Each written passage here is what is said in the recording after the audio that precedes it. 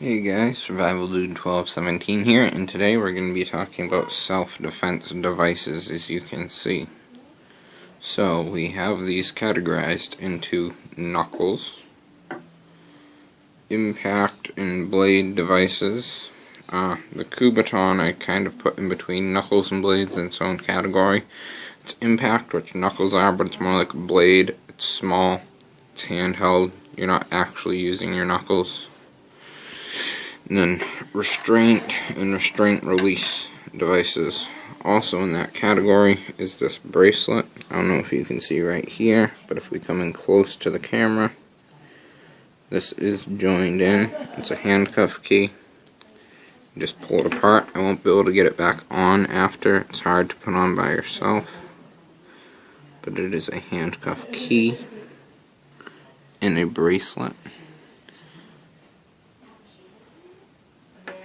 So I can't get that right back on right now, but it's a handcuff key and gummy bracelet. I mean, if you're talented enough, you can slide it back on. I might actually get it on. Might have better luck this time. Alright, yeah, it's pretty much apart. So once you get it off, getting it on again is kind of a challenge. Actually, no. Alright, this is working out better. So once you do it like once or twice, you can get it back on. So here we have, let me take my ring off for this, we have a bulldog pattern, 2-finger knuckles keychain with these things, which are relatively pointy. I got this up in New Hampshire. I also got this up in New Hampshire. Just an aluminum Kubotan. Okay, so now, from some of the stuff I got in an order today, we have ABS plastic keyring skull 2-finger knuckles. The teeth go on the outside. If you swipe down, it's not incredibly serrated, but with a hard enough down, it's supposed to tear. I don't see that actually happening, but again, it helps brace you, and it's nice impact. Next we have just classic stealth knuckles. They look regular, but they're ABS plastic. We then have the bone style. These look pretty cool. They have a lot more room, but they are more comfortable in my opinion, and they come to more of a point than one of those plateaus, so probably more effective in warding off attackers.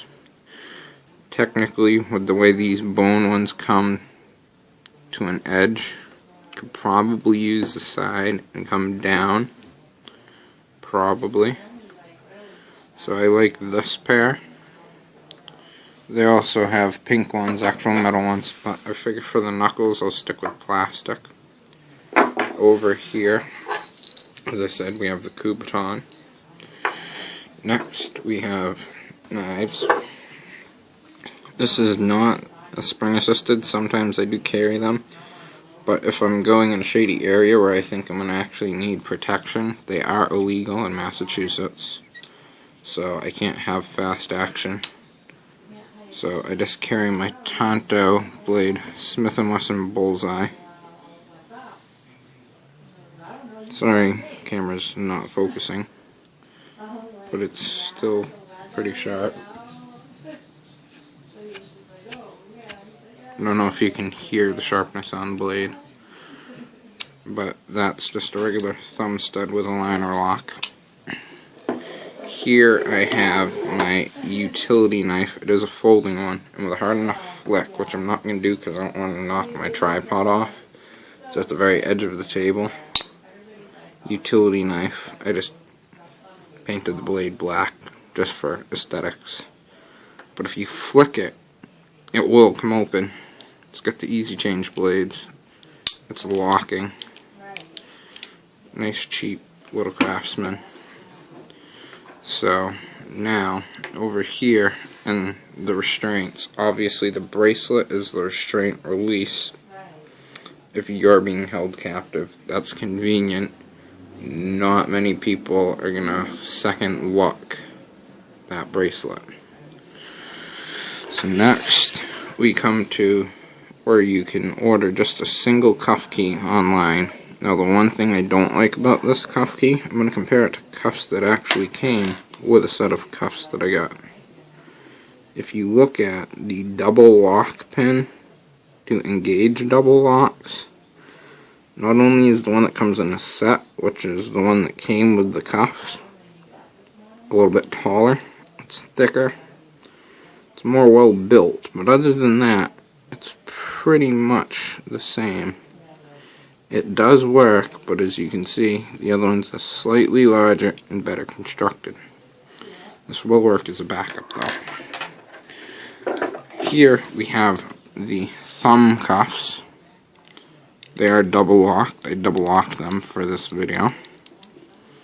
Obviously you wouldn't want to pre-double lock them if you're going to restrain somebody. You want to do the trick where you slap it down on them and then over with your finger for a fast lock. However, that's the thing I want to talk about real quick. This spare key that you can order will fit in between the double lock and the side of the case because it's too thin. This key, the one that comes with it, isn't going to do that. It's actually meant to fit. So it's a much better design. But if you want a spare metal cuff key, it will work. And obviously not double locked. You can again go all the way through to hold someone that needs to be restrained, like so. I like to set them for restraint right there, so it's pretty much just a push down and they're on. And here I actually have a set of double hinge cuffs that also came with a set of nice keys. It's pretty much identical to the ones that came with the thumb cuffs.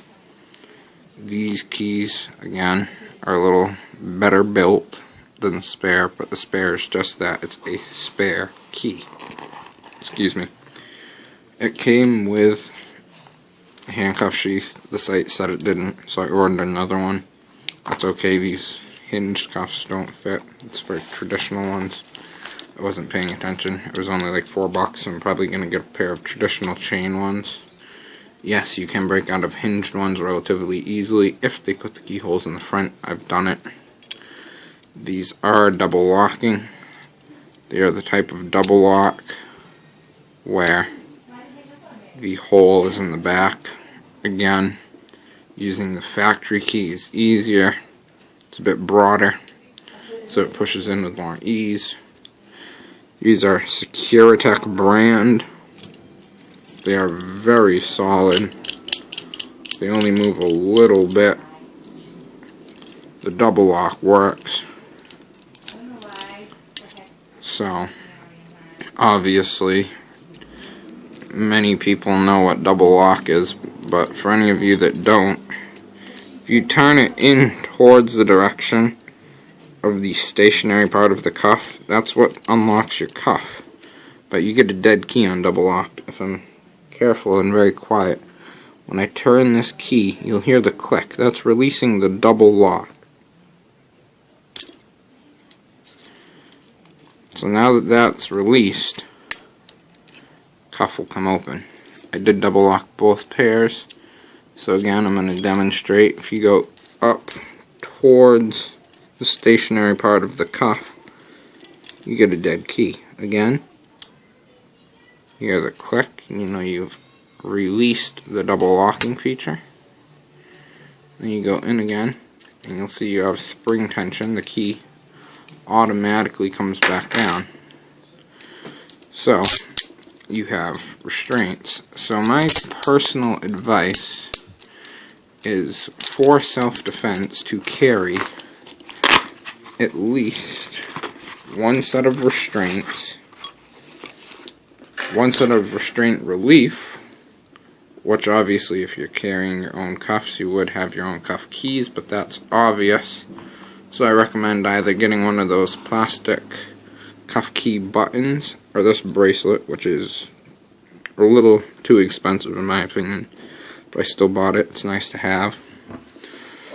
Some type of edged self-defense tool. That's the thing, these are tools, not weapons. If I did say weapons earlier, I apologize. They are not weapons, they are tools. They're self-defense tools. A weapon is used if you are intending to harm somebody just for the intent to harm them. A tool, you may accidentally cause minor bodily harm to prevent yourself any further harm.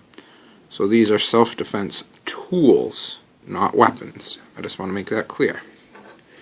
The Kubotan, obviously, is just an impact device. This is also very good to carry in your pocket for a glass breaker on cars. Very concentrated. You could break a car window with this if need be. Over here, we have the knuckles.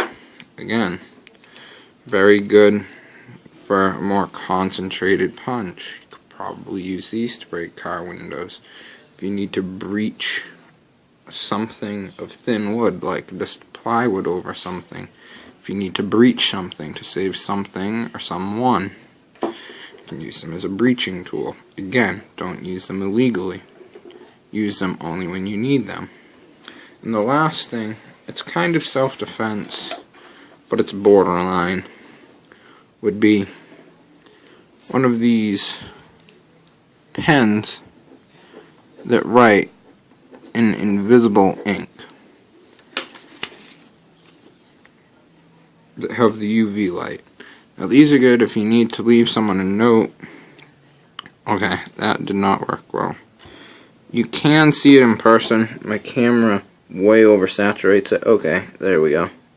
It's very hard for you to see because the camera oversaturates it. However, it is there. I can see it very well. This is good if you need to leave someone a note and no one else can know about it for security reasons. So, also good, pretty cheap. Like I said, it's kind of borderline self-defense.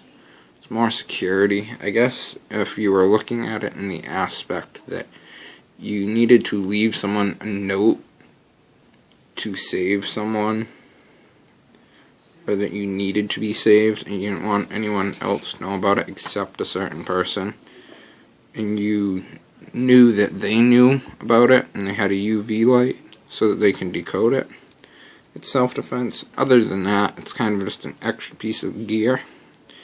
So the main self-defense tools would be everything above, and then for an extra $3, I find it useful to throw in a spy pen, as they call them, and leave a plan with somebody should anything happen on secret notes that'll be written with the spy pen. Alright, I just want to thank you for watching. Hope you value my ideas and take into account some of these ideas in getting self-defense tools for yourself and your family to keep everyone just a little bit safer in daily life. Thank you for watching.